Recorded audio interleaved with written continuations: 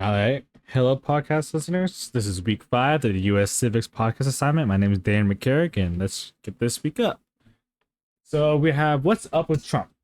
So, let's start with this article first. This is a New York Times article. I'll just read over my quick description.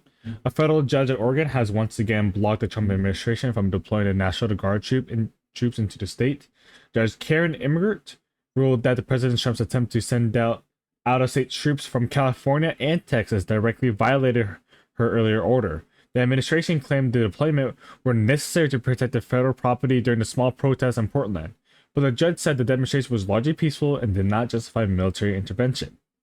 The move has drawn strong backlash from Democratic governors, who accuse the president of overstepping his authority and by federalizing state troops.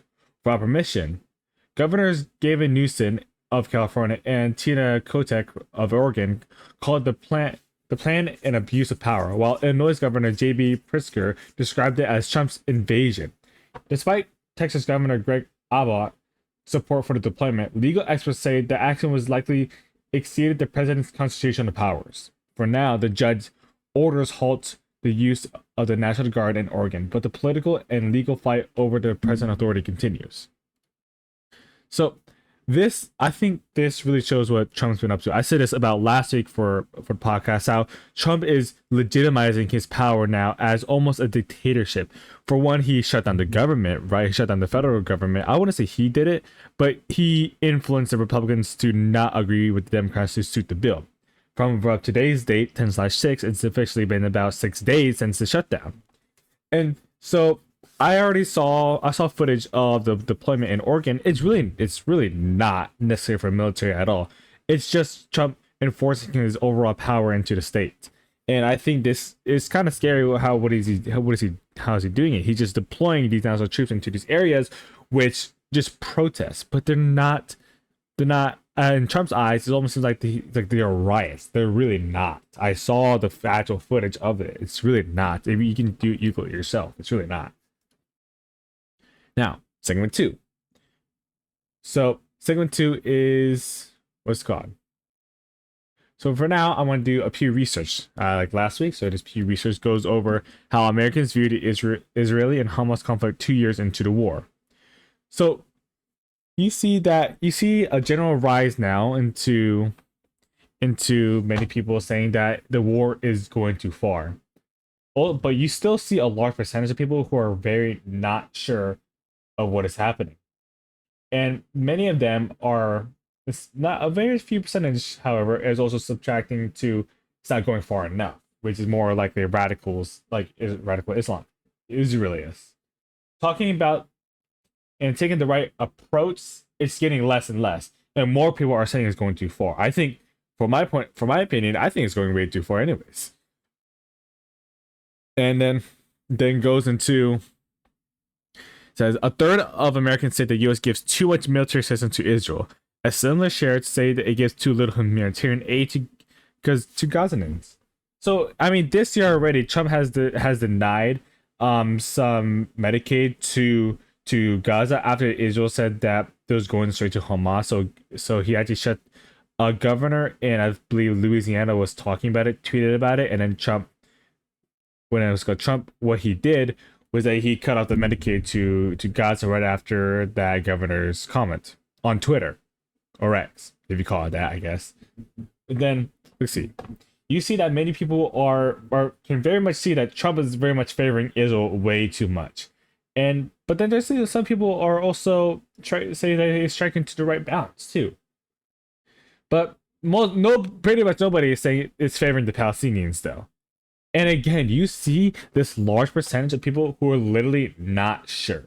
Not sure can be many things, but I think most of the not sures are more like the people who literally do not know anything about it. I think there are people who are blind from the fact of what's happening in Gaza, and I think it's kind of scary because this is a current genocide that's happening right now. And then when it comes to Israel military conflict with Hamas, the U.S. is providing too much. Again, it's just overall, you can see the overall support for Palestine going up throughout all these graphs. And again, many Americans have concerns about starvation in Gaza, military strikes' impact on Palestinian citizens, and then the return of Israeli hostages. Overall, people want ceasefire to not to happen. Not they don't want the war to continue. They see that that people in Gaza are starving to death, and they also see that they also holding Israeli hostages. This is honestly, the Israeli hostages are their only scapegoat and only leverage against Israel. Without that, Israel would 100% go in there and just wipe it all out. But this is their only pawn. And I'll explain this later in segment 4, but there's something very much connected to this in the later articles I'll explain. Okay, this is, what I talked about. And now let's talk about segment 3, Generation Z in the news. For this one, I talked about Donald Trump. Okay, this goes on to, this is basically segment 3 and segment 4 are basically combined, right? Let's talk about this. So Trump urges negotiators to move fast as Gaza ceasefire talks to set begin in Egypt.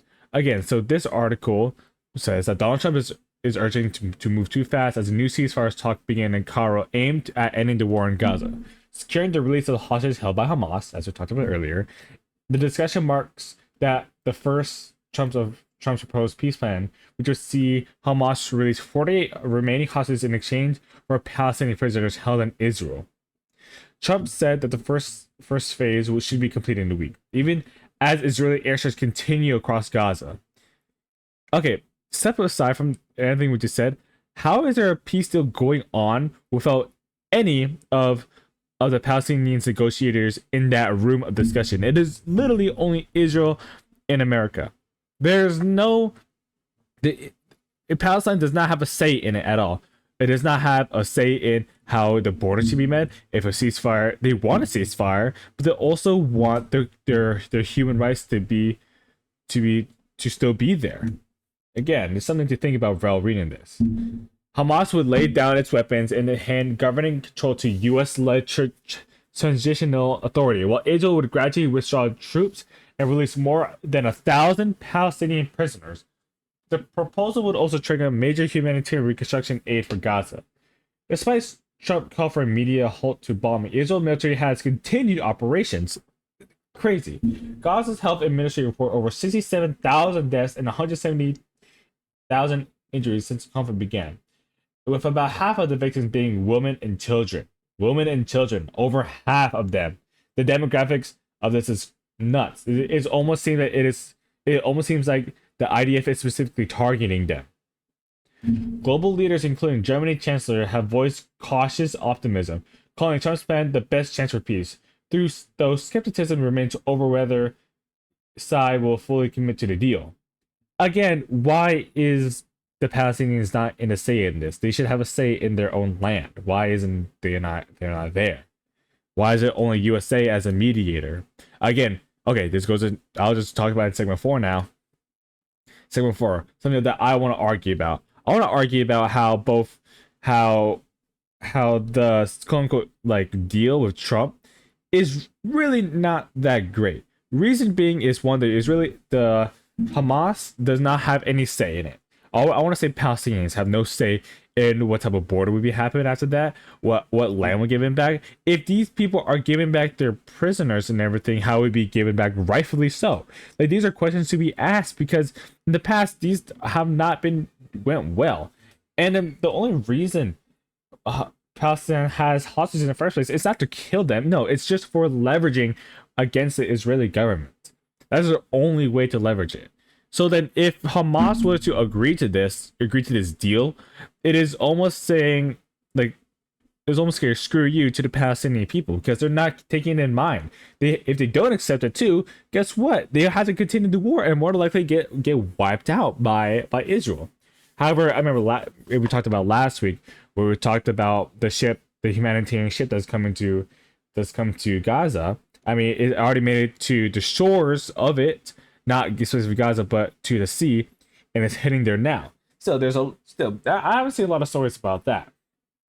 But then, the two ones I want to talk about is the Qatar and Trump's warning of massive bloodshed if Hamas fails to agree to the peace deal. To move fast is not the only reason to want to move fast. Guess what? It's because Israel is still bombing Gaza. They're still bombing Gaza as this peace deal is going on. Why would you want a peace deal for Why would you want to do a peace deal with the same country that is still bombing you as they're talking? There's no ceasefire right now. There's nothing like that. Only Israel is the one going on to them. So why are they still doing this? And then this Trump, okay, he just talked about Donald Trump on his toes, talking about Hamas and everything. Very positive discussion with Hamas and countries from all over the world. We had some very good meetings. It looks like it's working. So we'll wait and see how it turns out. I'm really interested how this peace deal will come out. I'm really interested how the borders will be set, how the Palestinians will get their land back, if they will in the first place. And the only reason why this didn't happen earlier was because Israel bombed the place in Qatar where the Hamas negotiators were at. The place where Israel bombed in Qatar, which Qatar is supposed to be a middle state between basically like a gateway for the United States to be inside the Middle East. I mean, in Qatar right now, you see the largest military U.S. base in Qatar. This is a bombing Qatar. Bombing Qatar, it seems like Israel was already they're planning a quote unquote peace deal, right? But they didn't want the negotiators there from Hamas. No, of course not. They killed them in this airstrike. In Qatar, again, this is in another country, not even in Gaza. I don't know how people can support Israel still now. Because you can clearly see that this is a tyrannical government that is doing deliberate things to expand it to a greater Israel. Yeah. Pretty much that's it for this week. This week is just more anger, honestly, towards the Israeli government, and you just see a lot more about the ceasefire and everything like that. I mean, this overall this podcast for this week was talking about Israel again because it's just very prominent right now. I hope more people were to know about this. Again, this is US Civics Week 5. Thank you for listening. I'll see y'all next week, which I'll hope a ceasefire will begin, and let's hope that the federal government will actually not be shut down anymore. And I hope it will not be continued until the end of November, which will be the longest in history. The second longest was the Trump administration, again, for 35 days. Again, crazy. Anyways, thanks for listening. I'll see y'all later. And yeah, see y'all later.